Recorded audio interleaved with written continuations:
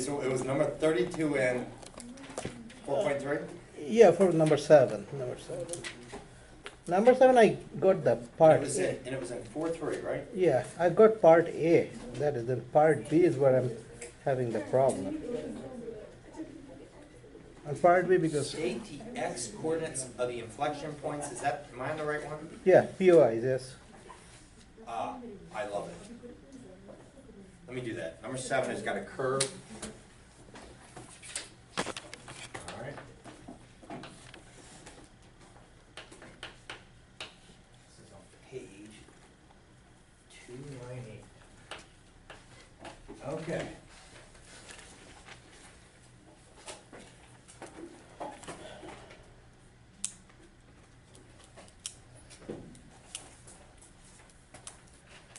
And this is the curve, is the graph of what?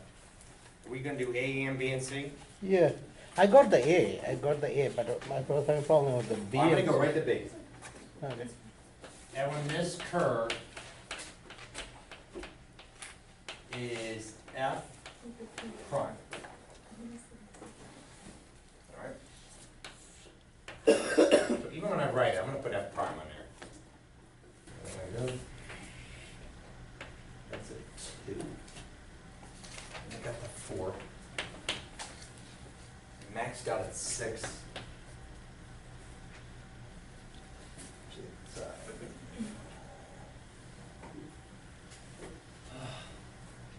Alright. Nice and smooth.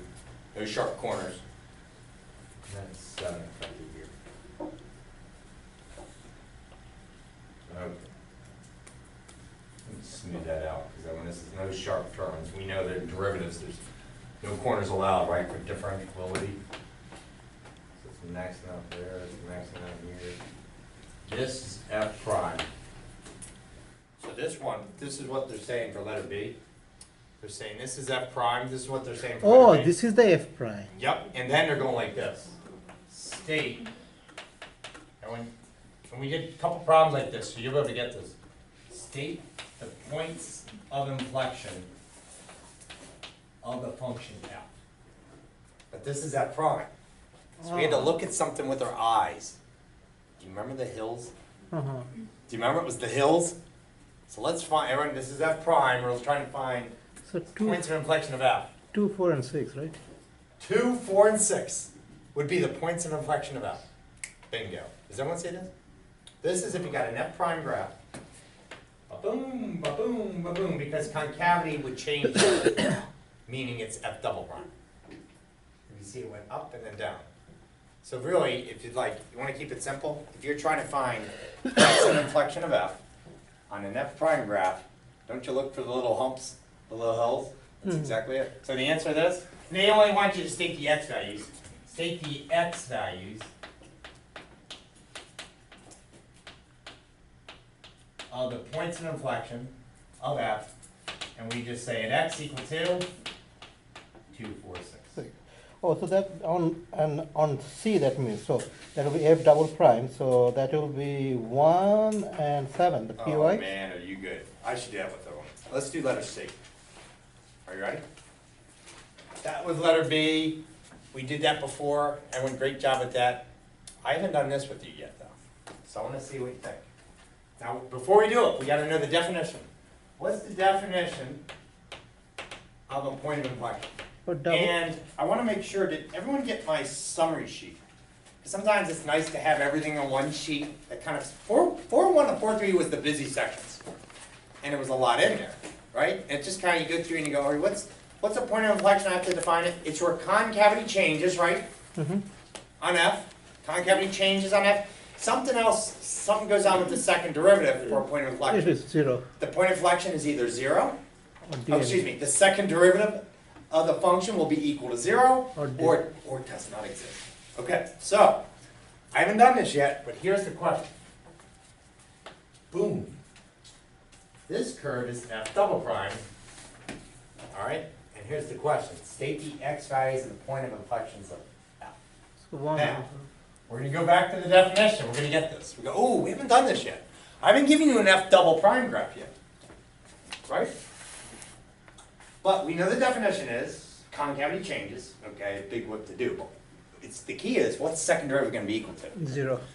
If this is a second derivative graph, and the definition of point of line, we say the second derivative must equal 0, and concavity changes, that means f double prime must changes. F double prime changes at the point, and we can get your eyes right on that x-axis. Because that's where f double prime would equal 0. What's that answer right there? I'm sorry I didn't label it. What was that 1. number? There was a 1. This was 1. Then 4. That's one of them. Then where else? 4. And where else? 7. 7. Now watch this. Someone's going to help me out. That's the definition. This and this. Why am I saying my answer is only 1 and 7? Why didn't I include 4? Look carefully at this definition. Second derivative must be equal to 0, and second derivative must change. Change, yeah. It's not changing here, is it? It stays in 1. It stays positive. It went positive, 0, positive, right? That's not a point of inflection. It's based off that definition. Does someone say that? So I can only say this and that. Cool.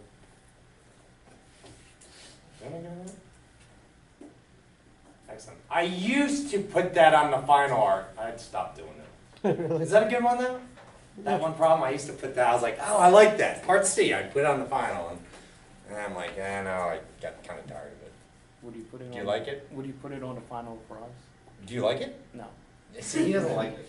I do the F prime stuff. I like to hit the F prime graphs, but I stopped doing it. You know why? Everyone would tell me 1, 4, and 6. I got tired of it. They go 1, 4, and 6, because their mind is thinking what? They're thinking this, but then they sometimes forget about what? Oh, the second derivative has to what? Change there also, and so that's why we can't include 4. It's a great one. Excellent. I like that problem. All right, we got a couple others. Everyone needs to come from 4-1. So, all right, I love that one. Here's a 4-1 problem. We'll see if we love it or not. 33, right? All right. I saw it had a fraction. It looks like quotient rule, huh? 35. Oh, 35 and 37? No, 35 and 39. 35 and 39. And when I saw this thing had a fraction, it looks like we're going to do quotient rule. It's got a, do I go on to page? Page 281. All right. Looks fun though. Oh, they didn't write f of x. They decided to write g of y, blah, blah, blah. Everyone okay if I make it g of x? Yeah. G of y, you can deal with y. I know you can. I'll make it g of x. G of x equals x minus 1 over x squared minus x plus 1. The directions, you don't have to sketch it. You don't have to find max or mins. You got to find all the critical points.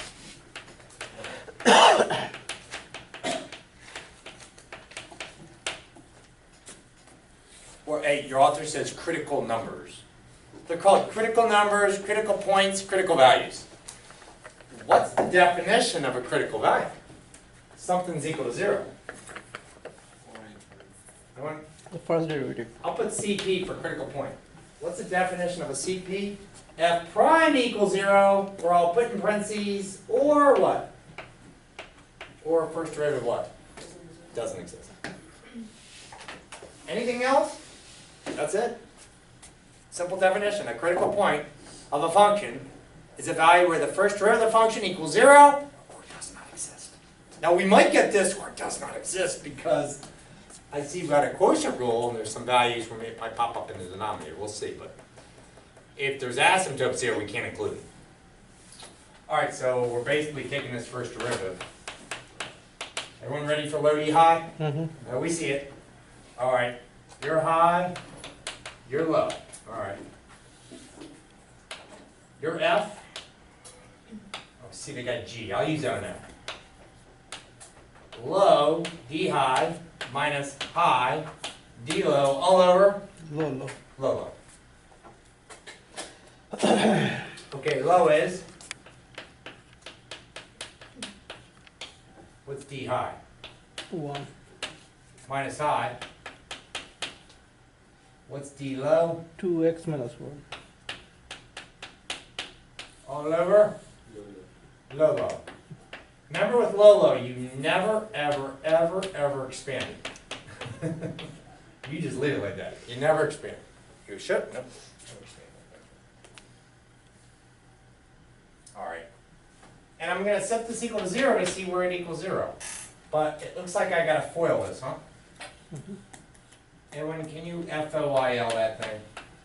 But after you FOIL it, Kelly, then I'm going to distribute that minus. All right, so let me see. Times a 1, that's easy. But here we go, minus. FOIL that. I get 2x squared minus x minus 2x. That'd be minus 3x plus 1. Notice, Cal, I didn't distribute the minus yet. That's the big error. Happens all the time. Students actually distribute too early and they mess up the algebra. We're going to wait. Oh, and this is over low, low.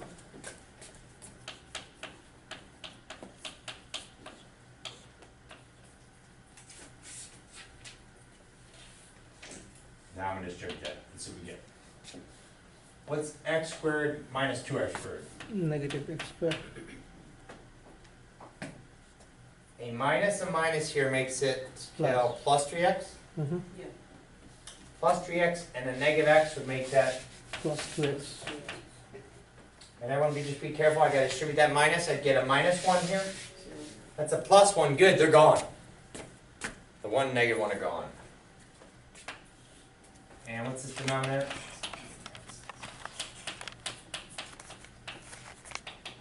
And we're trying to figure out where this is equal to 0 or does not exist.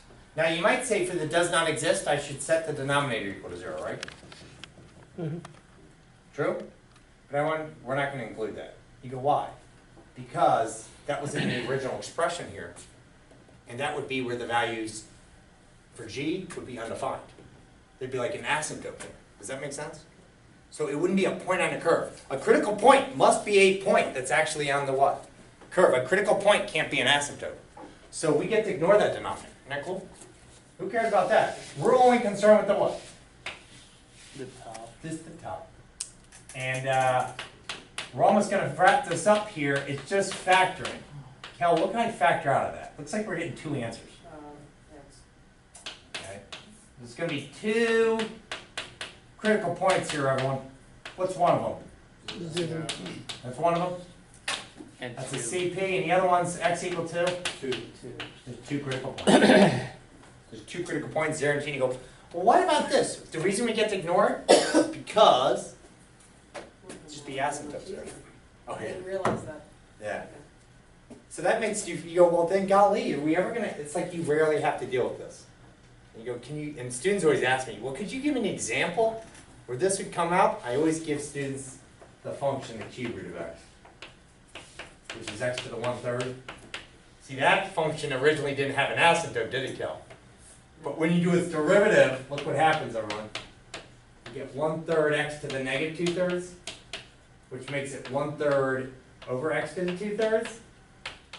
And where's this thing undefined? The first derivative is undefined at 0, but the original function, 0 is a point on the curve. Do you follow me? So this is one example where you could get a or D and E. At x equal to 0, there's a critical point here. That's good for discussion. You go, okay, here you get a critical point. Taylor, I wouldn't even worry about this here because you got the original function had this. That would mean it wouldn't exist there. Cool. And you want to do 37? 39. Oh, 39. I keep doing the wrong one. I'm so confused on why you're not doing anything with the bottom. Do you remember with graphs like this? The original expression, I'm making up an easier one. At x equal to 2, wouldn't x equal to 2 make that original thing equal to 0? Josephine? Do you agree? 2 minus 2 makes that 0? Yeah. There would be an asymptote at 2 on the original function. No point would exist on that function, right? So since this was the original expression of the function, right, That means at any x value that makes this equal 0, at any x value that makes that equal 0, the function would not exist. The function would not exist. So to be a critical point, it has to be a point that does not exist that's on the original function. That's why. She probably still doesn't. Sorry. Can I read? All right, this is 39.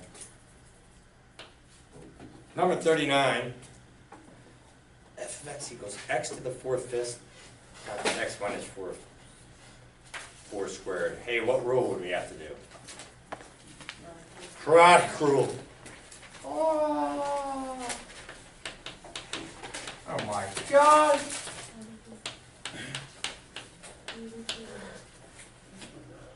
That's a 4. No.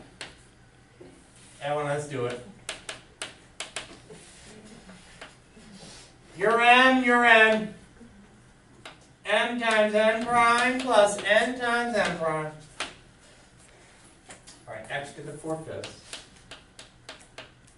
All right, you can help me out with n prime. Now, what's the derivative of x minus 4 squared? I say we do the chain rule. The 2 comes what? 2 times x minus 2 1 comes in front. Decrease this by 1. times 1. Times chain rule. What's the derivative of x minus 4? 1. 1. I'll write it, just so you know I applied chain rule. But I want to make sure, I don't want to rush on that. I've got x to the 4/5. For m prime, I've got 2 times x minus 4 to the first power times a 1. Chain rule. All right, what's the plus? Now you get x minus 4 squared. Oh man, what's m prime? 4/5. 4/5. X to the, I want to subtract a 1 from 4/5. Negative 1/5. Okay. So far so good? So let me write this again. You got 2x to the 4/5 times x minus 4 plus 4 times an x minus 4 squared all over a 5, and guess where this is now? Down there, right? And I'm going to figure out when this equals 0. So it does not exist.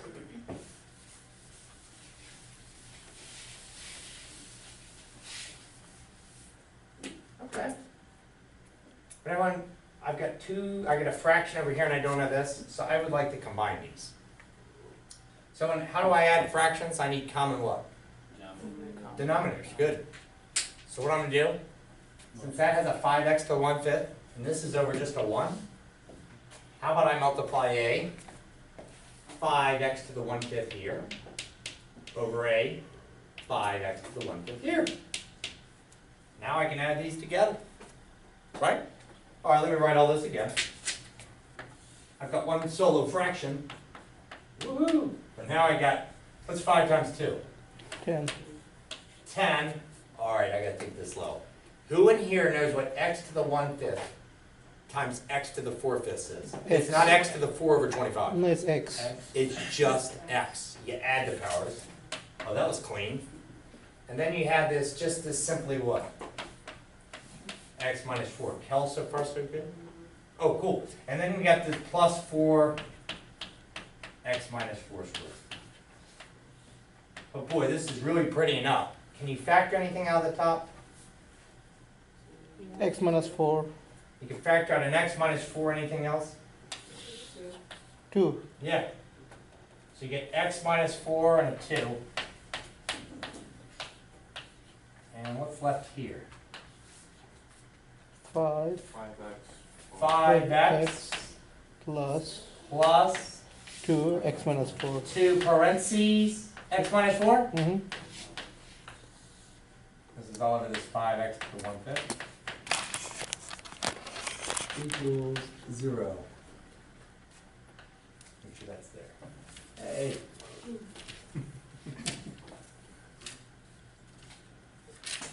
It's only my, that's on video. All right, everyone, combine all that stuff in the brackets. What do you get? 5x plus 2x minus 8. Mhm. Bam. Now this is interesting. And Josephine, I'm hoping this one helped make sense of what we were talking about before. It looks like we've got 3 critical points, everyone. Not 2. All right, first of all, what's an easy critical point? 4. X equal to 4. Now what makes that equal 0? 8 sevenths or 7 eighths? 8 sevenths. 8 sevenths, right? Yes, indeed. Here it is, Josephine. This time, I'm figuring out what makes x to the 1/5 times a 5 equals 0, which is simply x equals 0. Because that's what would make this first derivative non-existent. And you go, why can I include this time? And I didn't even look at it last time. It's because of the original function. The original function didn't have something sitting in the denominator like before. So this point right here, see 0? At 0, that 0 is on this graph. It exists. X equals 0 is in this domain. That's why I can include it. In the last problem, the original function had that denominator, had all that stuff there. So I ignored it. But now, I can use this. This is one of those rare cases. Does that make sense, Cal? Yeah? Oh, cool. Hey, that's what I mean, everyone. So I love this problem, just so everyone can finally make sense of this part here. I always have to include this. Critical point is where the first derivative is 0, where the first derivative does not exist. Well, this time I can include that value as a critical point, because the original function, that's a value that's on the function. 0 to the 4/5 times 0 minus 4 squared is 16. So that point, 0 comma 16 is on the function if it's a critical point. I like that. But they're rare. It's rare when you get to consider that, so I'm glad we did that one. All right, hey, I love all those questions. Everyone, we're going to start where we left off last. We were still in 4.4 with Lopez-Cowles rule. For that, one more. On 4.3. Yeah. Can you go over number 32 to make sure that we have the right answer? Yeah, which one was that? Number 32, the even one. Even one, 32. Yeah. And, can I see him? I'm going to just check.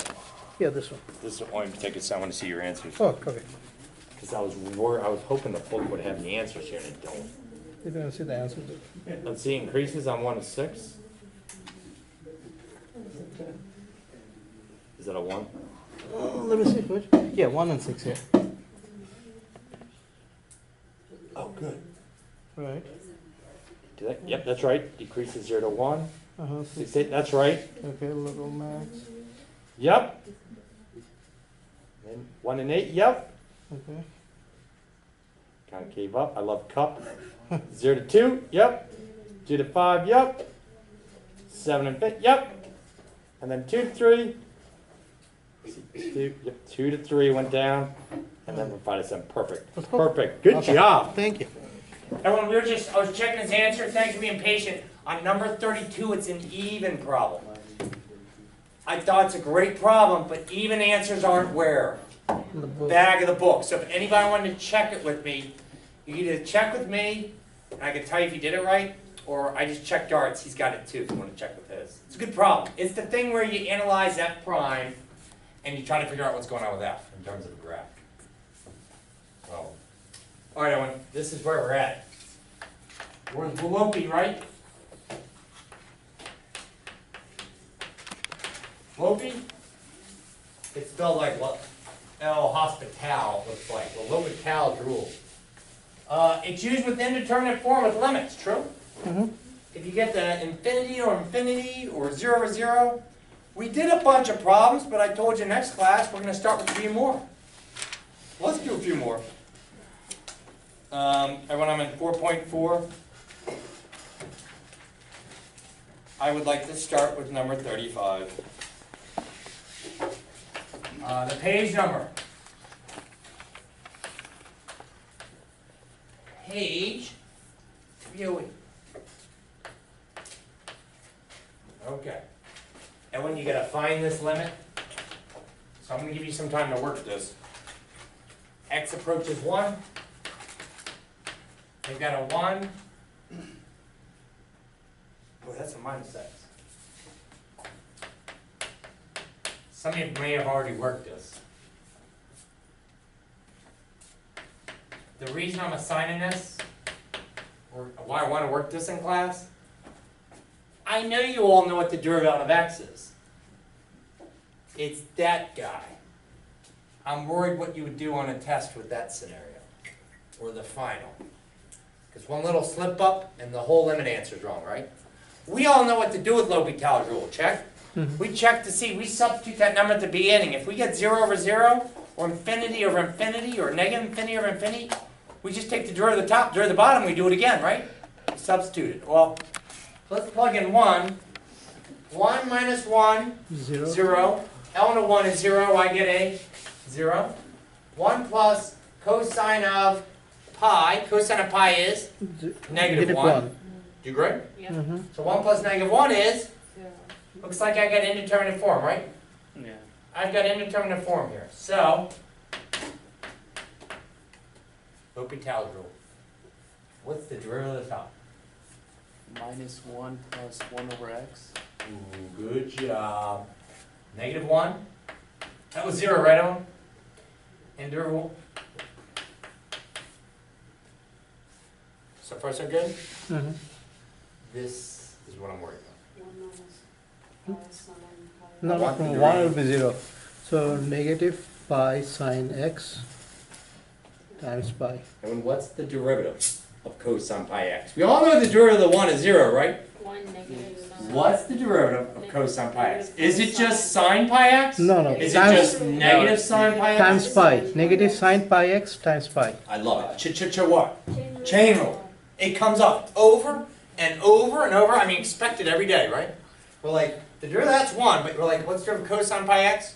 We know because of SCSCS, that derivative of cosine is a negative sine. So you're like, oh, negative sine, but I get this all the time. All it What happens, about the 1? right? Oh, do you agree? What's the derivative of 1? It's a constant. Derivative of constant 0, right? Yeah, but it's here. And this is where the errors occur. You'll remember that. You'll know derivative of constant 0. It's here. That's not it. I have to multiply what? Pi. Then pi. why did you put negative 1 for the top end? Oh, because of this guy. So let me write this became 0. I got it. You follow? Okay, but now chain rule negative what? Pi sine of pi x. It's negative sine of pi x times g prime. Negative sine of pi x times up. What's the derivative of that pi x? Pi. Do you follow? But over and over and over, it just keeps getting us, right? The old chain rule. Let's plug 1 in. Oh my goodness. Still We're getting 0. 0 on top. And then when we're getting 0 again on the bottom. So what do we got to do? Take the Again, derivative. Go another round. Got another indeterminate form? Okay. That's a good one. Do another round. Well, good news, Amber. There is zeros. Yep, constant. 0. Derivative of -1, 0. Oh, 1 over 2. Yeah, how do I do that derivative? negative 1 over Do you x want to do to... quotient rule? No, you can do x to the power minus I 1. love it. Can we look at that 1 over x like this? Yeah, it'd And be so we differentiate it, it'll be just Negative. just like that? Wouldn't that be its derivative? Everyone, let me write derivative here. D, derivative of all this, with respect to x, would just equal this. Which in other ways is negative 1 over what? Does someone see that? We didn't have to do quotient rule on that thing. You could have, but we're all like, let's do it that way. So that'll become, that's 0, minus 1 over x squared. Limit as x goes to 1. And what's this derivative? negative pi squared cosine of pi. Great, this is a great discussion. I don't need product rule, do I? No, not I don't, because that's not a variable, that's a constant, right? Do you agree? Yeah, I don't need product rule, everyone agree? I'll just keep that pi there. This sign will, negative sign becomes what? Negative cosine? But then I do have to apply chain rule. So I get negative pi cosine pi of x times chain rule times another pi. What's pi times pi? Pi squared. Now plug in 1 and get your answer. 1 over pi squared. Yeah, because I get a 1 here, the top's a -1, huh? And then the bottom go, whereas you get your negative pi squared. Everyone, what's the cosine of a pi? So all that math in there, I heard it, 1 over, because a negative over times a negative would make it what? Negative Negative 1 over pi squared. pi squared. Because go, whereas there's 3 negatives, true? Cosine of pi is -1. Oh, that was a good one, wasn't it? Mm-hmm. All right, cool. I liked it because it's the chain rule thing. I want to make sure everyone's recognizing chain rule. I also like when you recognize I don't need product rule here. I don't need product rule. That's a pi. And the other thing, you get a 1 over x. You say, well, I don't need quotient rule. I was the student, everyone, back in the day. I would do quotient rule on that. I would be sitting there doing low d high minus high d low. I didn't think to say, that's just x to -1. Do power rule. Cool. All right, let's try another one.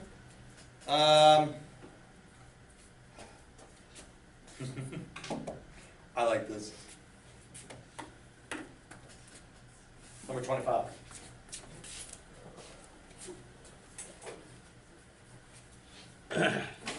Super job with that, everyone.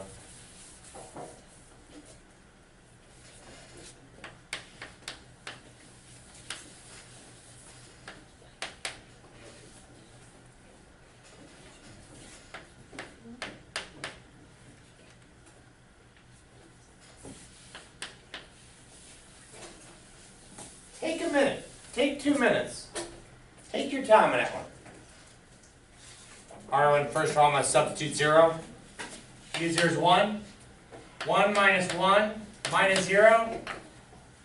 0 squared. I can do what? About half of the motion. Yep, L'Hopital's rule. All right, what's your VX? V2x. Minus 1. Good. Amber, do you see that becomes what? 0. 0. Good. Minus 1. 2x. Now plug in your 0. 0 over 0. Oh my goodness. What does that mean? Don't stop. We get 0 0 again. Do what? Do it again. Do another round of Lopi. Lopi round 2. What's your VDX? 2x. What's your all that junk? 0. What's your 2x? 2. Is this the answer? No, half. I've had some students tell me the answer is infinity here on a test. You what? I think they thought that was infinity. That's not infinity, that's a what?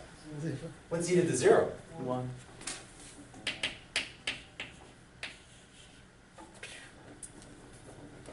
I'll go with that. Yeah. And the other thing is, the only thing I didn't like about 25 is this. I'll do an L1. I'll do an LN one. Is I wish I had something like this. Or e to the 5x or something. You know? Because I want to make sure everyone's aware of what rule. So would you try that? This is 25 extended. E to the 5x minus 1 minus that. All right, plug in 0, what do you get? What's e to a 5 times 0? 0. No, e to the 5 times 0. E to the 5 times 0, e to the 0 is still up. 1. Right, anything 0 power 1. 1 minus 0. 0. 0. Okay. Well, it's like the last one. Yeah, but that's what I wanted number 25 to have, because I want to see everyone tell me the derivative of e to the 5x. Oh, the derivative of e to the 5x. I'm grading tests, everyone, and this is what I'll get. The derivative of e to the 5x is e to the 5x. No. 5 e to the 5x. Chain rule.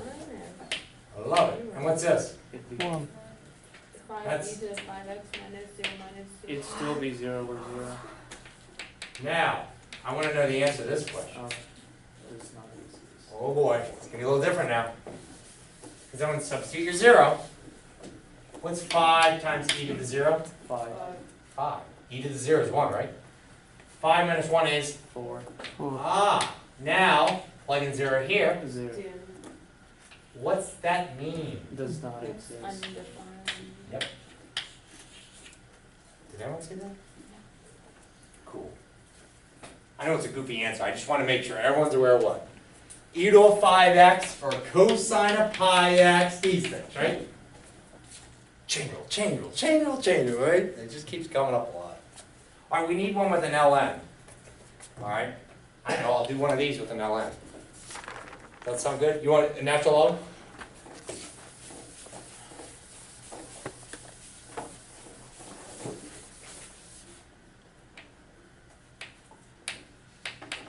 Well, I can't use 0 because natural log is 0 to 5. How about 1?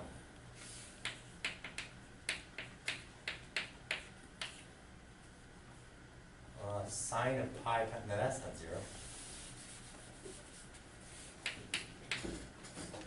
How about that?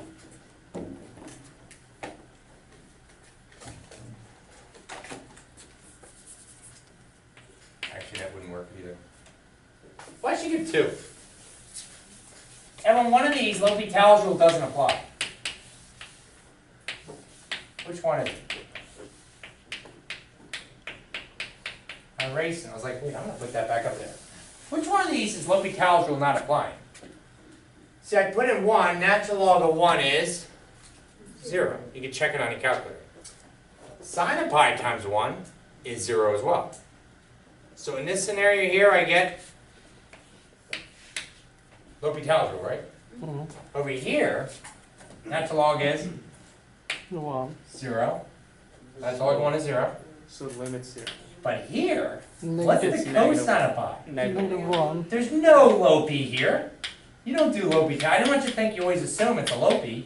And what's 0 over negative 1? 0. That number's 0. Do you see? Let's work that one out. What we gotta do? Indeterminate form. H.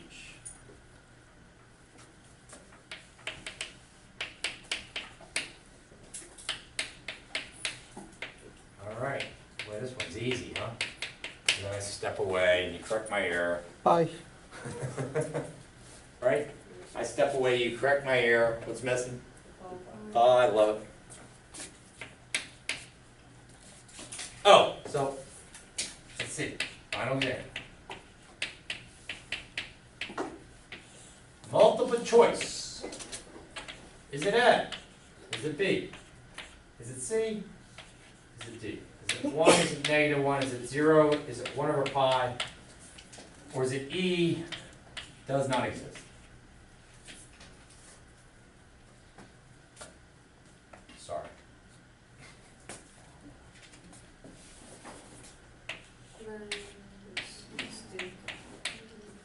That'll work. D. See, sometimes people miss the negative. Cosine of pi is what? Negative 1. Does everyone agree it's D? Yeah. What do you think? D? You plug in a 1 here, you get what? 1. That pi stays. Cosine of pi. You can check it on your calculator. You'd be in radio mode, right? -1. We all know, you always want, you notice these cosine of pi's and these sine of pi's come up like in every problem. So sometimes when I'm grading, I see this written right near the student's name all the time. It's the old what? Unit circle? Charlie Sheen, Charlie Sheen, Charlie Sheen, Charlie Sheen. Pi over 2, pi, 3 pi over 2. And students use this a lot because they come up so often. So what's the cosine of pi right there? What is it? Negative 1. But the answer is negative 1 of pi. Right? Cool. For the test, do I make that free response? How'd you get that? Oh, do grades this? Look, cosine of pi will be this what? Negative. Negative 1, but in front of it's a what? Pi. A pi. You got a 1 over 1 divided by pi times a negative 1. Oh. Yep, Amber sees it. Good. Cool. Well, great job with stuff. Any questions on Loki? All right. Hey, so for the rest of class, very cool section. Before we do 4-7, we'll do 4-7 today. There are 2 sections, 4, 5, and 4, 6. but it's everything you've applied in 4.1 to 4.3. So this comes into play. And they go, what are the titles? Summary of curve sketching. And they want you to apply the ideas of concavity, max and mins, combined with everything you know from pre-calc, where you can find asymptotes. How do you find vertical asymptotes? It's where the denominator, right, is non-existent. The x value is in the denominator where it's non-existent. And make some sketches. All right, well, I don't think you'll have any trouble with them. To me, they're just more practice problems from what? 4.1 to 4.3. They want you to practice getting the first derivative and the second derivative to check what? Concave up and concave down. But, one of the problems is even, okay? And so the even answers, you heard Art and I discussing, he wanted to check number 32.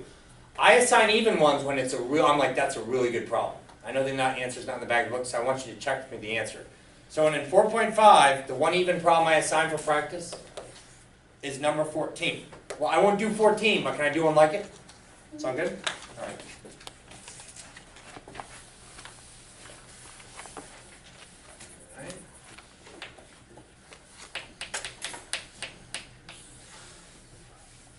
It's like 14.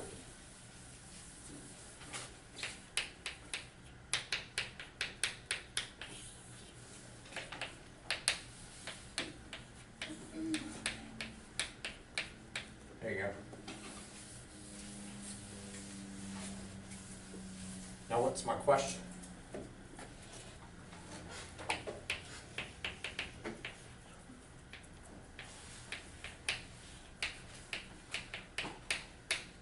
Find the points of inflection. About. This is y, this is f of x. Find the points of inflection of y equal to x squared over x squared plus 16. What derivative do we have to get to? Double, second. Second. Don't agree? We'll go through first derivative.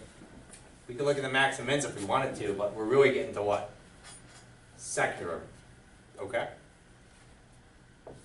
Well, it's an even problem.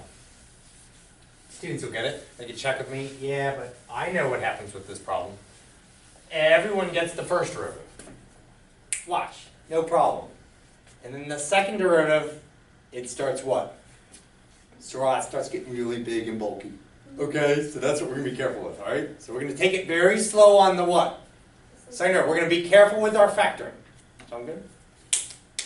All right, let's do y prime. You'll blast through this. Ellen, rock it out. Quotient rule. Here, you're m, you're n. Low. What's d high? 2x.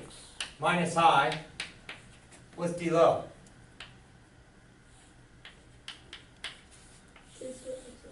All over. Low. You never expand the denominator, do you? Never do it. Never do it. In this low d high minus high d low. Never do it. Just leave it like that, right?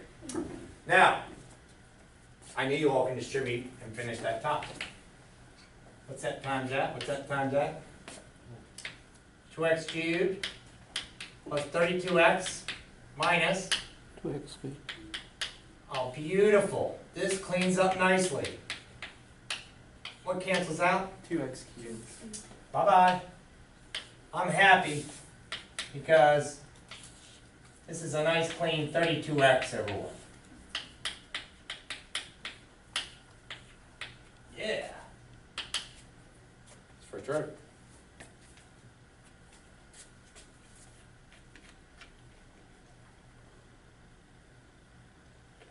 So far, so good. Yeah. Points of inflection, that's where the second derivative is equal to 0 and the second derivative changes sign. So I now have to get a what? Second derivative. All right, we're going to take this slow, huh? All right, here we go. This can build on us real quick. We're not going to let it happen.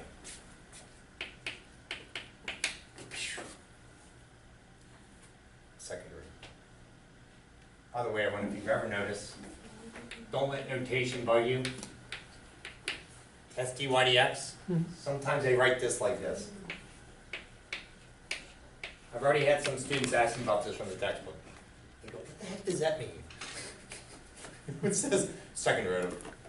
Does anybody wanna know why they write it like this? If dy dx is that, this is derivative of this? Because what they're saying is, check this out. They're saying, take the derivative with respect to x And then y.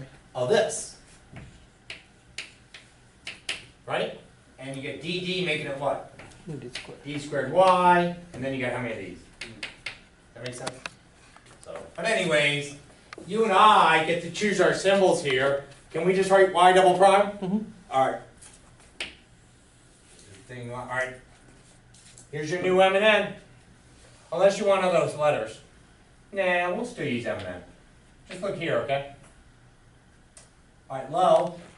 Professor, Oh, sure. instead of that, why don't you do 32x times x squared plus 16 to the power minus 2? Brilliant. And when Art wants to do this with product rule, and you definitely could. He was saying he would bring this up top and make that x squared plus 16 to the negative 2 power, and then he applied product rule. You can get a little chain rule along the way, but that's outstanding. Definitely do it. I'm going to treat it like this, just because quotient rule, everyone, you can avoid those negative exponents, and it'll be nice and clean, but absolutely feel free to do it like Art's saying, if you want to practice it that way. So Art, outstanding. All right, here I go. Low is what?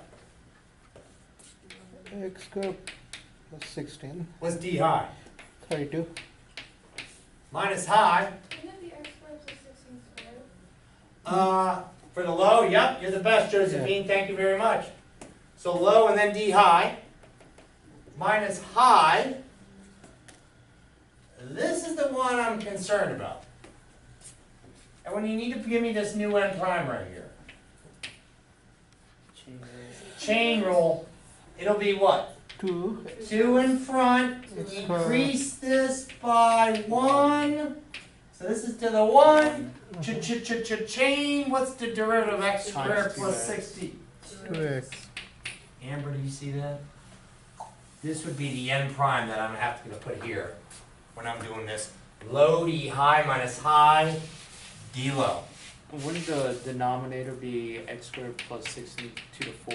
You got it. All right, very good.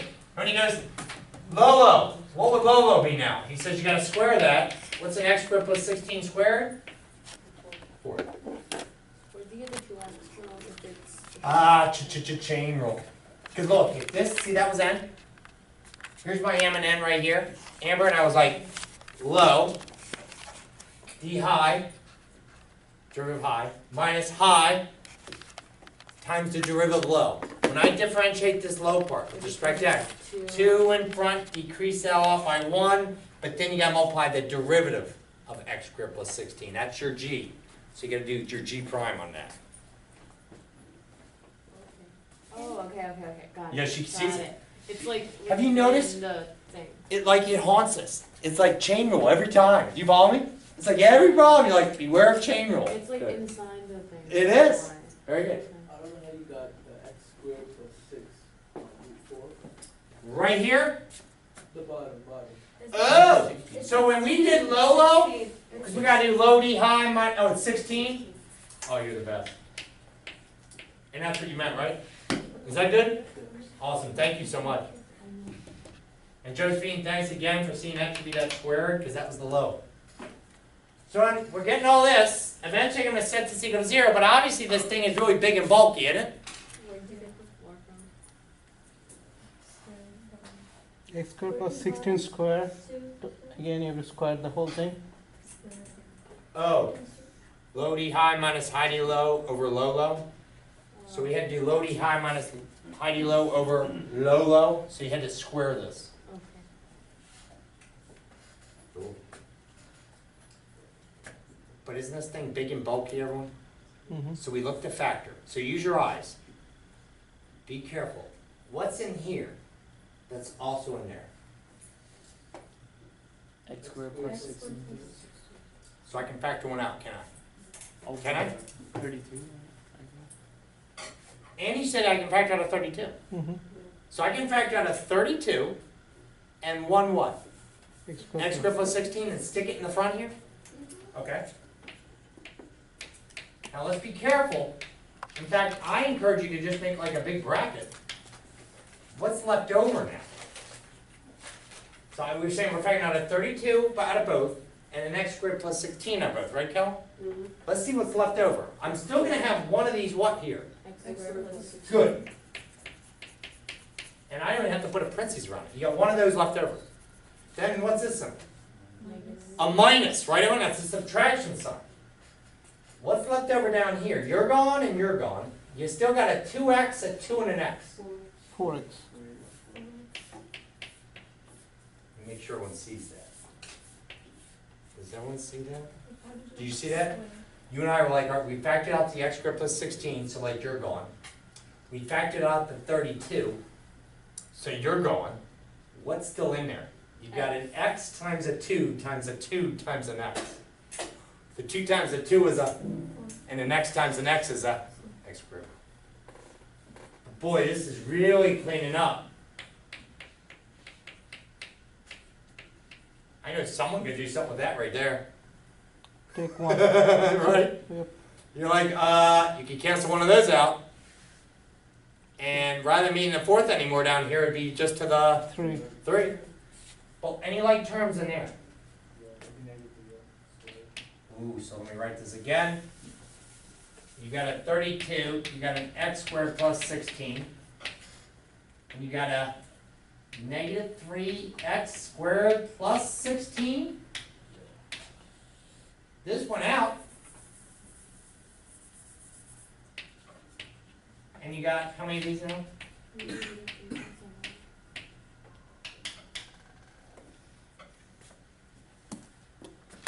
Okay, we gotta find the poise now.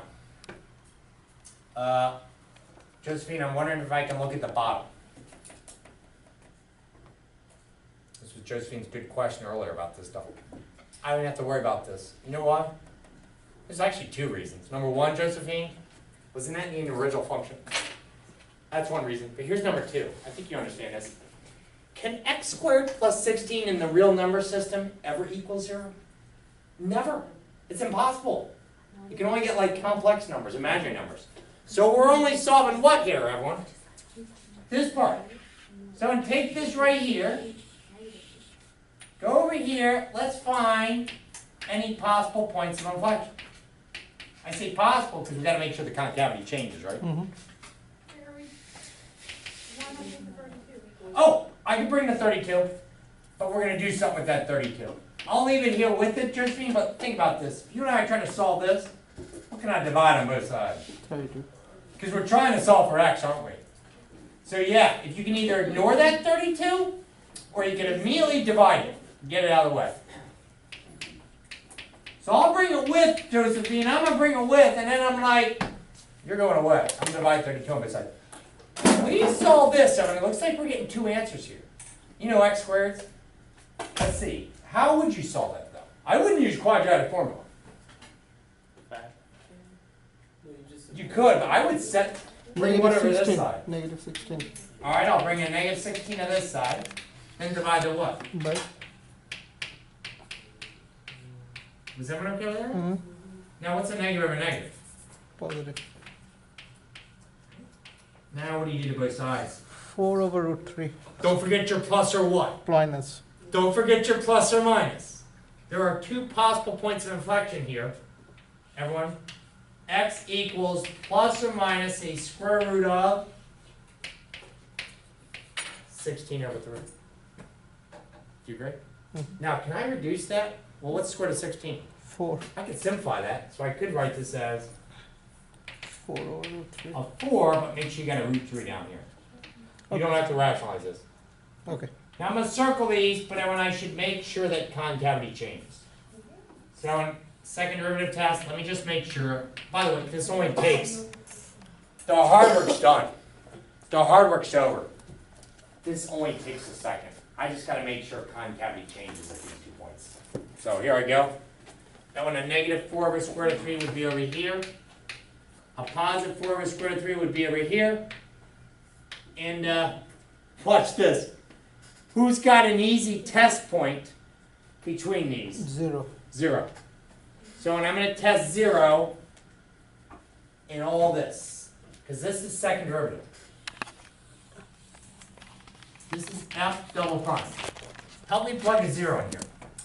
32 times negative 3 times 0 Zero. plus 16 over 0 plus 16 cubed. Negative or positive? Positive. Positive. What's a big number? You want to use like 10? Yes, 10. Negative 3 times 10 squared.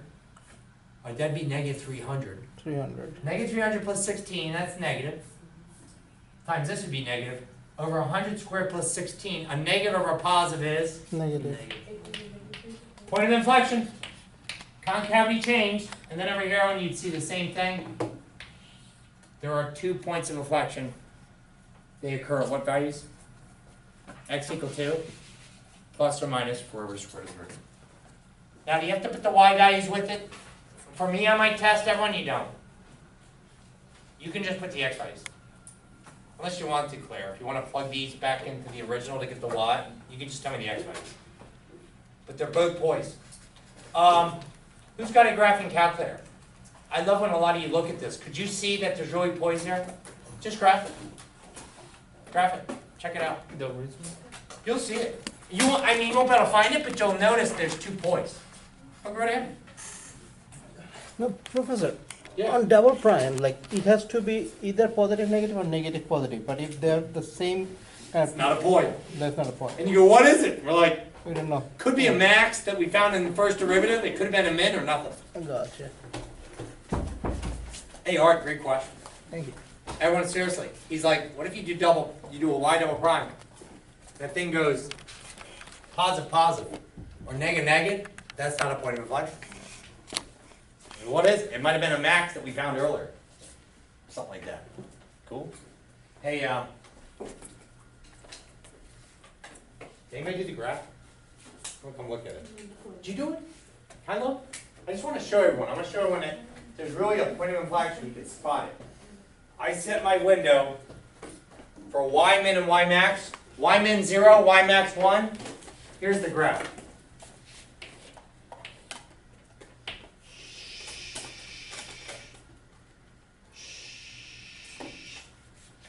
Where does it look like there's 2 points?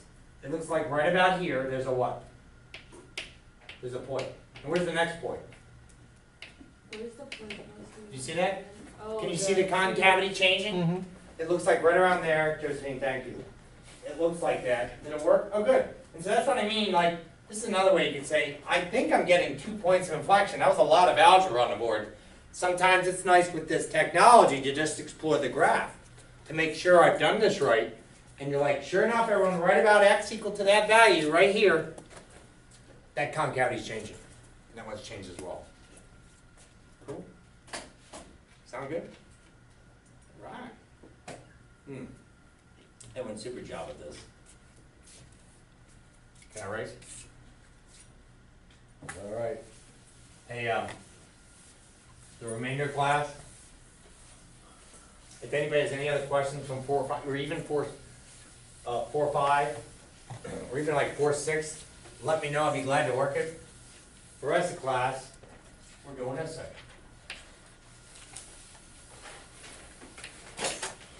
I think you'll like this. Optimization. One of the courses I teach at the Naval Academy, Calc 3 with optimization. That's what it's titled. Teach to optimize things. What's the difference? Well, it's Calc 3, so everything's three-dimensional. So you might be dealing with a sphere or something like that. But in this case, I'll just start off with a problem.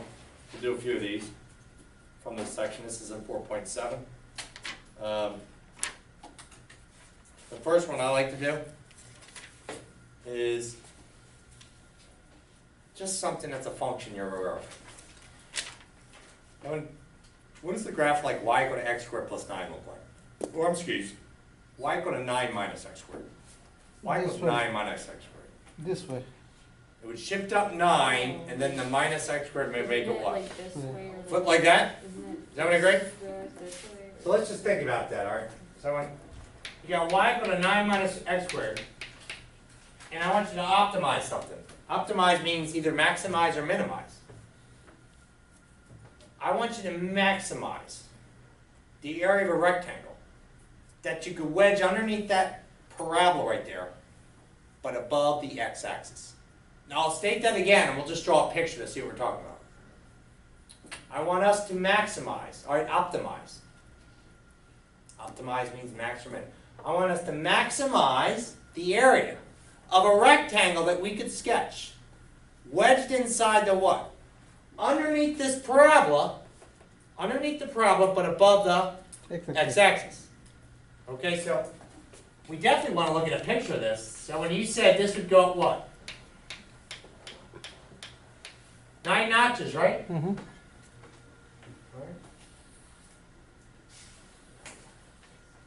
So far, so good? Now, where's this rectangle? Maybe it's here. Boop. Something like that. We're trying to get the most area out of that rectangle. See, when I could build rectangles all over the place, inside, underneath this parabola above the x-axis. But we're trying to seek the what? Find the values, the dimensions. Find the dimensions of that rectangle that maximize area.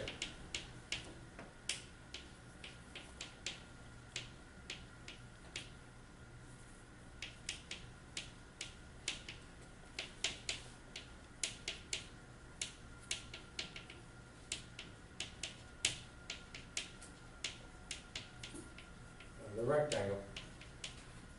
All right. Let's get started.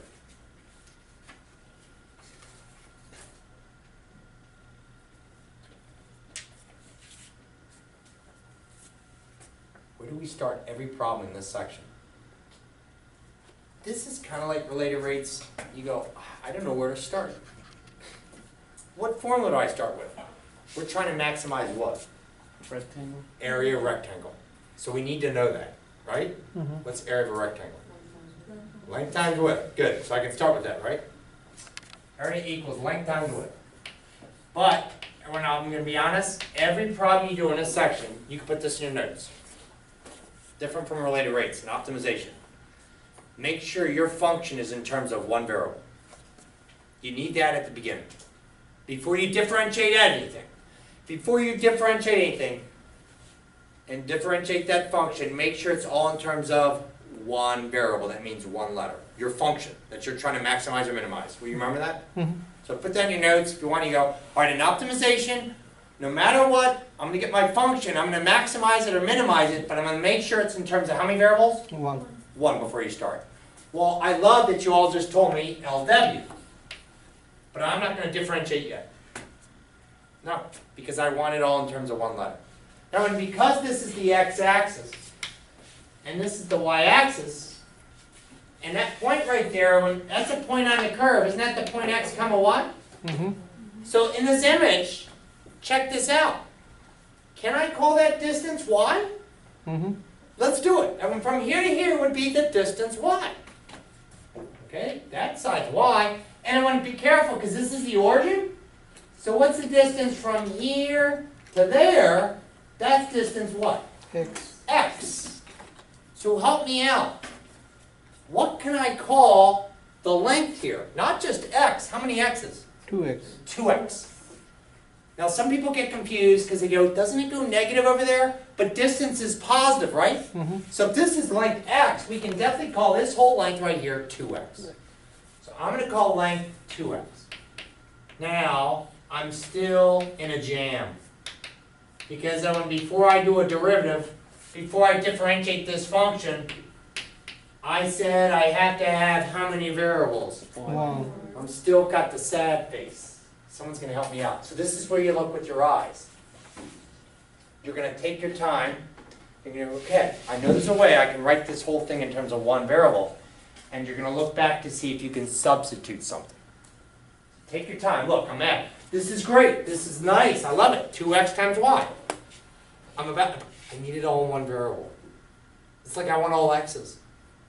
Can I substitute some for that? And you look back at your image.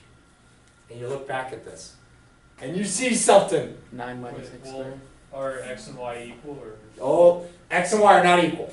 Okay. It could be. There'd be a nice square in there, but if they're not equal, they don't have to be. Do you Something else though. Do you see something? Yeah, 9 minus x squared. You got it. It's almost like, say, I'm gonna just open up my eyes and I'm gonna look around. There's gonna be something where y is in terms of what?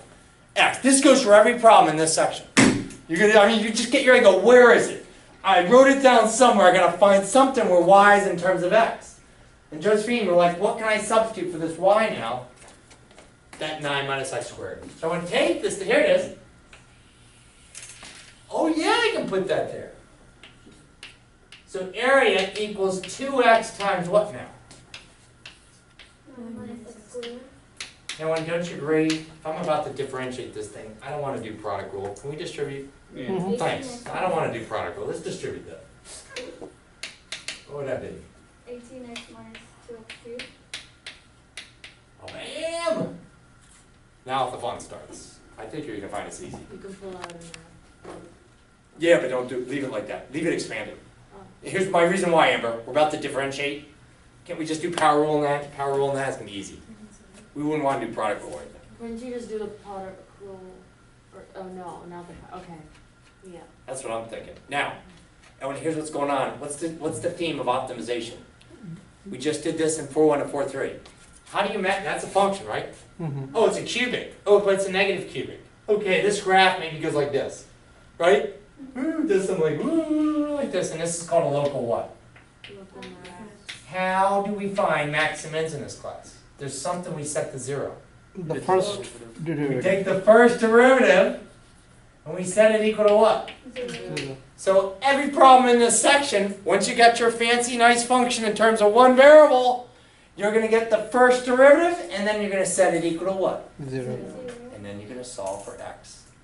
Now if you get one answer, that's going to be the answer, I bet. But if you get more than one answer, we can play around with it. Well, let's see. Ready? A prime? Unless you want to write dA dx. What's that derivative? 18 What's minus that derivative? 6. 6x. Sometimes I get that on the test. What's wrong? Yeah, power rule, right? 6x squared. Now, can you solve that? Yeah. Because you're setting this equal to what? 0. Notice, oh, here's another error. Kelly, people set 18x minus 2x cubed to 0. No. What do we set to 0? The derivative of the, the derivative of that function. Just like this. F prime equals 0. So now, I'm thinking like before, I don't want to do quadratic form, Bill Raz, right? So I'm like, how about I subtract 18? And so you get negative 6x squared equals negative 18. Multiply a negative on both sides, I get 6x squared equals 18. Divide the 6, I get what? Ooh, so I'm getting two answers. We'll talk about this. Plus or minus 3 or plus or minus the square root? Root. Square root. Alright. Now, which one of these can I trash? Because this has to be positive length. The negative 3. Yeah. So the dimensions find the dimensions of this rectangle, I'm just going to give a positive value. They're the same numbers, one's positive, one negative, ignore that negative. X is what? Now here's the worst thing, you don't want to do this on the test. Is people do this. They all this great work. I'm like, wow. They got a nice picture and stuff. And they stop here. And they leave it. And they never answered the what? Dimensions means give me this entire length and give me this entire width. Well, you'll notice something. That only represents which side? So let's go back to our image so we actually write down dimensions. That means this side right here, from here to here, is the length of square root of 3, right? So what's this entire side? 2. Two of those. 2 square root of 3. Very good. So when dimensions are, here come the dimensions. 2 square root of 3. Now I don't know if you know about this in rectangles, you can just put by, 2 square root of 3 by, right? And then you gotta put the width. Well, what's that letter? What? So how do I get that? I heard it. You said take this number, what is it? Square root of 3? Austin, we'll plug it into the, oh, there it is. So can you do this? What is 9, be careful, minus square root of 3 squared? It's 9 minus square root of 3 squared. What's 9 minus 3? 6. got it.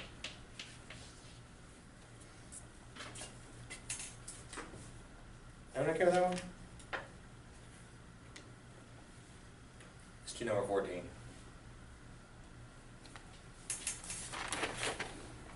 It's on page 332. So we have to know, Jess, you asked about this, I remember for the last test. What formulas do I have to know? Make sure we know area of a rectangle. Make sure we know area of a circle. What's that? Pi r? Square. Pi squared. Make sure we know volume of a box. What's volume of a box? Length times width times Height. height. It's called a rectangular prism or rectangular solid. Length times width times height. So listen to this. You This is only number need to know 14. those 3 formulas for the test? Yeah. Cool. Remember how if it was a cone, I would give it to you?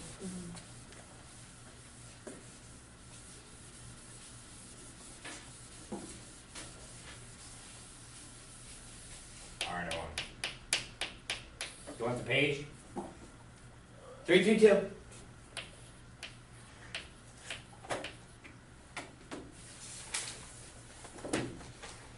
A box with a square base and an open top must have a volume of 32,000 cubic centimeters.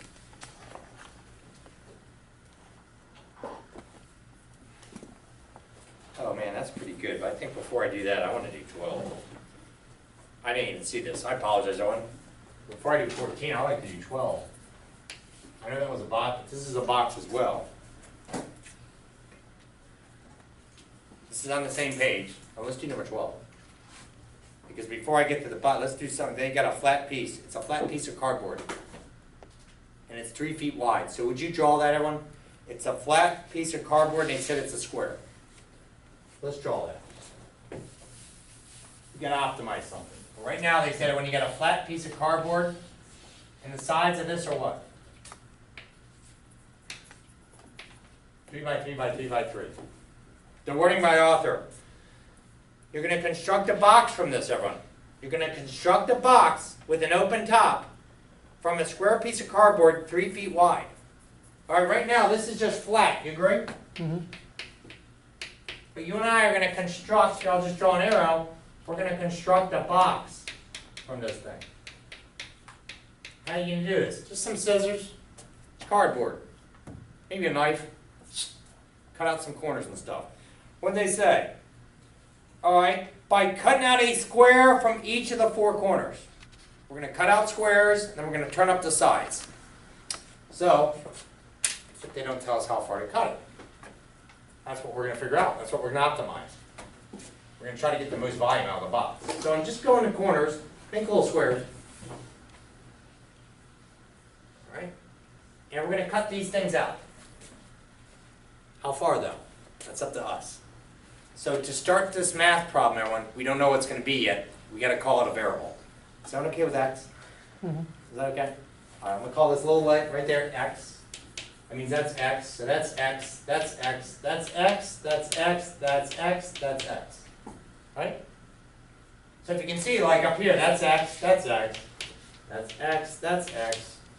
That's X. That's we get it. Now, what do we got to do with this? Everyone, we're going to take out scissors, cut these out. They'll be gone. Then we're going to turn up these sides like this.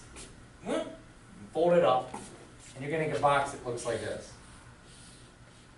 That's just going to be, you're going to form this thing. It's going to be a box. It's going to have an open top, no top. Can everyone see that? If not, I'll do it with a piece of paper. It may look sloppy, but I think it'll be good enough. All I do is cut out 4 corners of the paper and then just turn up the what? The little sides. But I think you all can actually see this. When I'm cutting that out, and I'm going to take this part and fold it up like that, right? Mm-hmm. Cut these 2 out. I'm going to take this part right here, this little flap that's left over, and just what? Fold it up. I'll cut these out, take this part and what? Fold it up. Cut these out, fold that up. Does someone see that? It'll be something like this. But I want you to help me out. Who can tell me what the height would be when I do that? X. Oh gosh, good eyes. I want to make sure everyone sees that. They're saying your height now will be x, because when you fold it up, it'll be that distance x. But this won't be 3 anymore. This is no more 3. You got to come up with something for this baseline. 3 minus 2. I heard it. You said 3 minus 2 x's? In fact, that side would be 3 minus 2 x's. Let me write that. I want to make sure everyone sees that. So this would be 3 minus 2 x's. And then this side over here one would be 3 minus 2 x's. Does everyone see that? Up, because that side, once we cut, I'm going to cut them out. And then you folded this up. Well, that was 3 from here to here. But what's the distance of this now? It shrunk. It was 3 minus how many? There you go. So, everyone, what's the question? Find the dimensions of this box that gives the most volume. So obviously we've got to solve for x, right? So in the last problem I started with area. What problem am I starting with now? What formula? And Volume. Let me get it up here. Now, I said before you start differentiating, you got to get how many variables? 1. 1. Well, what's the length of that box? 3 3 minus 2x. What's the width? 3 minus 2x. What's the height? Oh, yeah. I'm smiling now. And when the rest of this problem is piece of cake. Who's really nifty with the calculators? We'll do the calculus, but I want to point something out. If you're really nifty with your calculators, I want to point out, you can figure out, I mean, at this point, this is why I got a smiley face. Couldn't I just graph this function and see where it got to its what? Max location. Aren't there max buttons on that calculator? I mean, that's my point. The rest of this is going to be a piece of cake for us. Because I'm so confident, even if I mess up my calculus, I can check the actual function. That was the hard part. That was the hardest part to this problem. That's the hardest part to optimization. Is you creating something out of the word problem with some function just that has only one variable. And there it is. Now, I'm going to do the calculus. We're going to differentiate.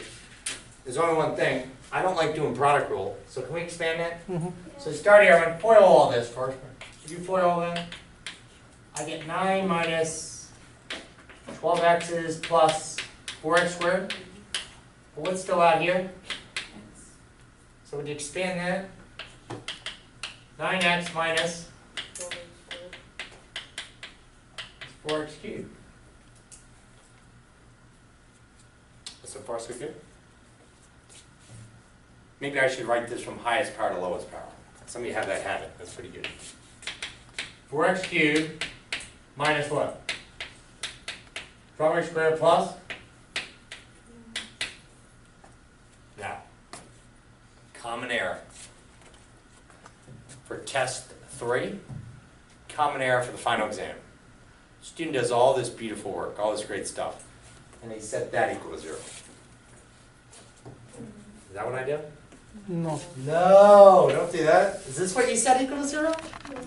You go, I did all this work though, don't I? No, I have to take the what? I'm trying to maximize the volume. V prime, which is what?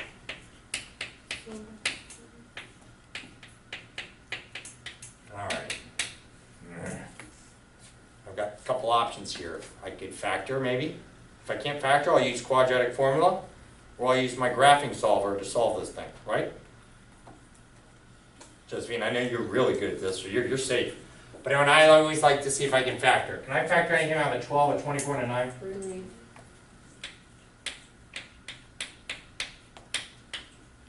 It's a textbook problem, so I'm expecting I could factor this. I could be wrong. I think I can. Kevin, I don't know if you're okay at factoring these case 2 trinomials. They're not as bad as you think. If you hate what I'm about to do, you can use your graphing solver to just solve that thing, like I showed you in class before. You can do it. You know, graph it, find the intersect. But I'm thinking I need 2 numbers that have to multiply to 4. How about a 2 and a 2? I need 2 numbers multiplied to a 3. How about a 3 and a 1, right? Mm-hmm. All right. If I put a 3 here and a 1 there, that's 6, that's 2. What's the difference? Does it work? All right. Let me try another option. Oh wait, isn't it minus 8x? What was that? Yeah. It'd be two minuses, and you have 2x and 2x, and one would be a 3 and a 1, right? But it wouldn't come up to that 6, would it? Shouldn't that be an 8? Yeah, that's why. I was like, you know what's funny? Thank you for seeing that. This is a what? Now, I was about to say, I was shocked. Because when I didn't work this problem yet, I'm like, oh my gosh, I can't believe the author gave a problem where you actually had to use the what? Quadratic form. I thought it'd be factorable, and it is. 2x, 2x, multiplies to 3. You see that? Mm-hmm. Isn't that factor? Keep in mind now, some of you use the graphing solver to graph to, some of you do quadratic formula, right? So, I've got 2 answers. Please ignore that one. 3 doesn't have a variable. What's my 2 answers? X equals what? Half and 3 halves. There's 2 answers to the problem? Nah, one of them's out of the domain. We're going to have to toss it. You're going to figure it out. Which one of those do I toss? Because, you ready? It's not in the domain. You know what I mean by domain? In the real life problem, this cardboard originally was how long? 3 by 3. One of these, if you cut them out on both sides, I don't think you got a box left over. Go back, look at it. Which one of those do I have to toss? Remember, the original side was 3 feet by 3 feet. Can't Right? you plug it? Oh, no. Oh, so 3 by 3 half. You cannot ever. What do you all think? 3 I half. can't use that. That's 1.5, right? Hmm. Think about it. And we check it out. If you cut 1.5 from this side, and 1.5 from that side, what's 3 minus 1.5 minus 1.5? You got how much left? Nothing left, so we toss it. So there's the answer. Is it the answer to the whole question? Well, that's the dimension, but now the easy part. They said find the dimensions that give the maximize. All right. Find the dimensions that maximize volume. Okay, here it comes.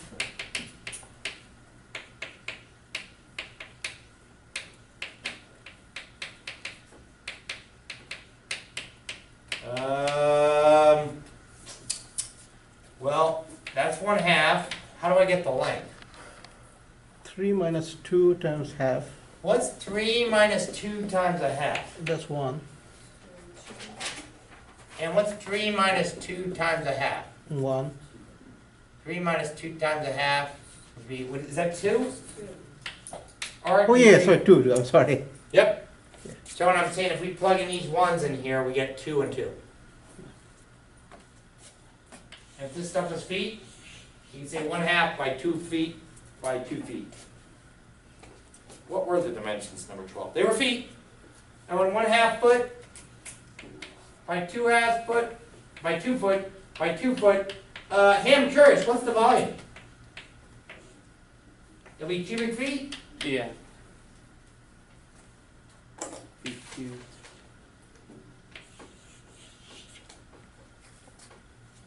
I like this stuff. That's why I like teaching the calc 3 with optimization. You use 3-dimensional. Sometimes it's a sphere, or sometimes it's a cylinder. Yeah, but these are 3-dimensional. That's 3-dimensional, right? But in calculus 3, it's multivariable. You do it with multivariable. You can get everything into two functions, 2 variables, and there's ways to do that. Everyone care about that? Hey, let's do one more. We won't finish optimization tonight because I want to make sure we see every scenario. But let's do another one. Distance. Now, the hardest part here, I said you got to know what? Area of a circle. What is it? Okay. I said you need to know area of a rectangle. What's that? Length times width. And I said you need to know volume of a box. Length times height. I do have one more. Make sure you know distance between 2 points. It's got a gigantic radical. Yeah, Come on, Amber, I'd love to hear you roll it out for me. Isn't it like square root yeah, x squared minus. Gosh, you already know it. I'm so proud of y'all. And then it's like y squared minus. Hey, those of you going to calculus 3, do you know what this formula turns into when you're 3-dimensional? They just put a plus in what letter? I. For the Z, z-axis, Z. and it'll be a what? Z2 minus Z1 squared. Uh-huh. Do y'all follow me? I know. You go, oh, okay. So nothing scary about when you hear I think you'll love calculus 3. Just you get, distance between space from here to here, rather than just on this one board. All right, so what do we got here? I was looking at this morning, and when I saw two problems that dealt with distance. One was straight lines. I'm like, all right, we've done the straight lines. I thought we'd do one with, it's got this little hyperbola thing in here. Or not a hyperbola, I'm sorry, like an ellipse. So when I'm in 4.7, and where's this one with the ellipse?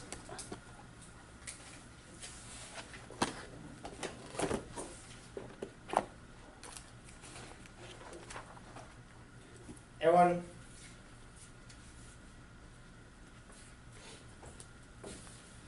This is like number 21. I don't want to do number 21 because you can practice it, okay? So I'm going to change it up a tad. And here it is. 15x squared. Last problem. Plus y squared is 16.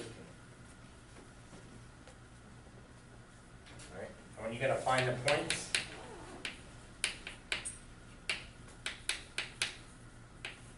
on 16x squared plus y squared equals 16 that are furthest away from the point 1, 0.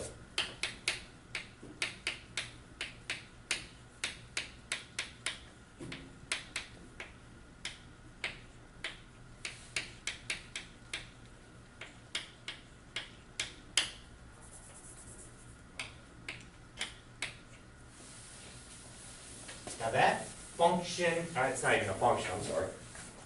I apologize. That equation looks scary. That's not a circle, is it? No worries, everyone. I don't even care how far you got in pre-calc. That's not a circle. That thing's called an ellipse. See, a circle would have been this. That's a perfect circle. What would be the radius of that circle? 4. 4, yeah. Well, this is more like an oval. When you got like a coefficient off one of these things and there's a plus between them, it just gets egg-shaped, right? They call it an ellipse. And then you go, I remember when I used to stress about having to sketch these, like, oh, it looks so hard. I finally realized these are the easiest to sketch. Just use the intercepts, okay? So can we find some intercepts real quick and make a sketch? Ready? Let's make a sketch of this guy. Put it right up here. Let x equal 0. Boom, you're gone. Who can tell me the two y values? Plus or minus 4. Plus or minus 4. So I'm going to sketch this. All right. So if x is 0, plus or minus 4. Now I need two other points. Piece of cake. Let y equal 0. What would x equal? Plus or minus 1. Plus or minus 1. Okay? Do you see that? Sarah, do you see this? It's called the intercept method. I'm just trying to make this sketch. And you go, oh my god, things me crazy. All I'm going to do is let y equal 0. So that's 0, that's gone. If I solve for x, 16x squared equals 16. So x squared would equal 1. Yeah. So x would equal plus or minus the square root of what? 1. Oh, 1. Does that make sense? Yeah. Because it'll look like this, look. And then you divide the 16, you get that plus or minus a 1. So, everyone okay? Let's sketch that. Where would it be? All right. -1, 1. This is up at what?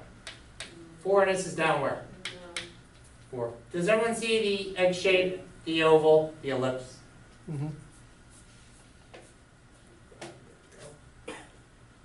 Now, what do we got to find in this image? Find the points, it says plural, that are furthest away from 1, 0. Where's 1, 0? Right here? So can we guesstimate before we start where the points would be? Just what would it has to be on that curve to be furthest away. I don't think it would be straight across. That's short. Should be the, On your right hand side. Maybe up in these corners. Does everyone agree? That's always great. And that's a great skill to get an idea of what the answer should be. It looks like the 2 points should be, one should be like up here somewhere. It would be very far, and then down here. Looks like there's two answers at the same x value. All right. So what are we trying to optimize? Think about it. Area? Nope. Volume? Nope. Distance. Yes. And then this is what's tough on a test. They never said the word distance, did they? Do you follow me? So just be ready for that. You go, oh, I've got this distance from in my back pocket, just in case. But they never said just So if it's maximize distance. They go, find the points on here that are furthest away from this. But we're really trying to maximize the distance, right? The distance between points. So we need that. Does that make sense, Amber? So I'm going to start with what? A big D. All right. X2 minus x1 squared plus y2 minus y1 squared. Distance from what point? 1, 0. Everyone put the 1, 0 in there. This is looking better already. Loving this.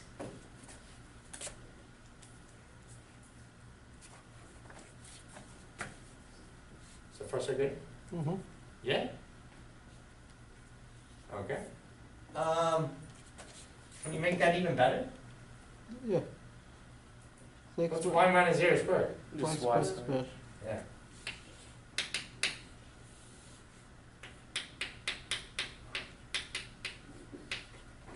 So first I did? Mhm. But I still have a sad face. Because, I've said this a couple times, and here we go again, optimization is such a fun section, except for one thing. Before you optimize, before you differentiate You have to have one variable. one variable, and I still have M in. So I'm gonna let you all look with your eyes. You can plug in the one. Amber sees it. Is there The something I can put instead of that stupid y Yes, squared? 16, Bug me. 16 minus 16x squared. Ah, you guys are great. You're looking at this thing, and you're like, just isolate the what? Here, what would y squared equal? 16 minus what? 16 X minus squared. 16x. Come on over. Smiley face. All right. I like this. Now I got x minus 1 squared plus 16 minus 16x squared. Now, Kel, be careful. Don't square that. That would drive you crazy on the test if you went and squared this, because then you'd have to FOIL that. That's equal to that, isn't it? That's what I mean. So it's nice and neat. Now, I think it'd be good if we expand this and get this to look a little better on the radical. Do you agree? Mm-hmm. Okay. What's that expanded? X square minus twice x plus 1 plus 16 minus 16x squared. All right. Any like terms in here? X square and 16. Aren't good. What's that? Negative? So negative 15x squared. Minus 2x? Yep. Plus what? 17. And then if I'm about to differentiate, maybe I should write it like all this to the what? Just so everyone's comfortable with that. So far so good? Mm-hmm. I think it's time. How do we optimize? Do I set that equal to 0? Nope. What do you set equal to 0? And somebody might be like, oh, this is going to be a crazy derivative. Oh, no, it isn't. The hard part's done. You finished the hard part right there when you saw that, Amber. The rest was smooth sailing. We can differentiate that. The half comes where? In the front. All right, put your dash on the front. 1/2. Decrease all this by what?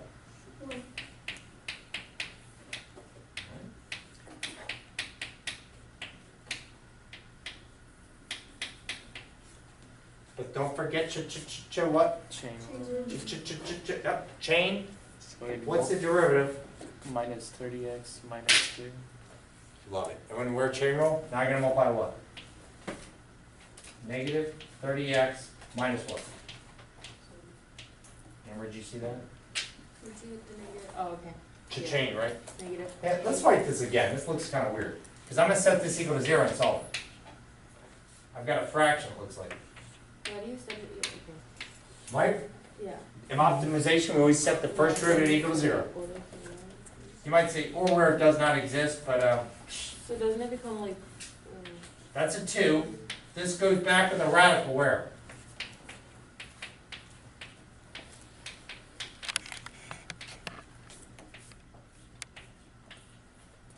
And what's up in the numerator? Minus 30x minus 2. Usually with optimization, there's only one possible answer when you get to the end, so you don't have to even check stuff. Good news, everyone. Should I check that denominator? I'm gonna tell you why you ignore it. Because doesn't that represent the distance, Mhm. right? Didn't that come from distance? So if you set this equal to 0, you're saying the distance would be what? 0. No, we're looking for a maximum distance. So ignore this part. What's the only part you gotta solve equal to 0? Negative 30x minus And I think you all can do that. Let me box all this off. Josephine, I want to be clear why we're not worrying about this. That's actually the same formula as the distance we had earlier. That would mean distance would be 0. And it's not 0. I'm just going to come up here. And you get 30x minus 2 equals 0. How do I solve that? X. And the y is negative 15. You got it. Boy, it's small, but it's x equal to negative 1 over 15. 2 over 30, which is negative 1 over 15. 1 over 15, right? Mm-hmm. No, not negative. Oh, yeah. Sorry. And I look at my image, it must be negative. Look. Yeah. So what's the x value right here? Negative 1 over 15. Right there, x equals negative 1 over 15. So I mean, that would be positive 15 and that would be negative. But aren't they both x equal negative values? Because x is negative here, right? That y would be positive, that y would be negative. Yeah. And if I put this on the test, you don't have to give me the associated y values if you don't want to. Because that means you'd have to plug the 115 back into what? The original. If you don't want to, you can just tell me where the x value Do is. we need to show you on the graph, like, No, you don't even have to draw the graph. You know what? I would draw the graph for you, actually. I want you to be aware that it's an actual ellipse. Because the picture kind of helps you, gives you a sense of what you're doing, right? yeah. Sound good?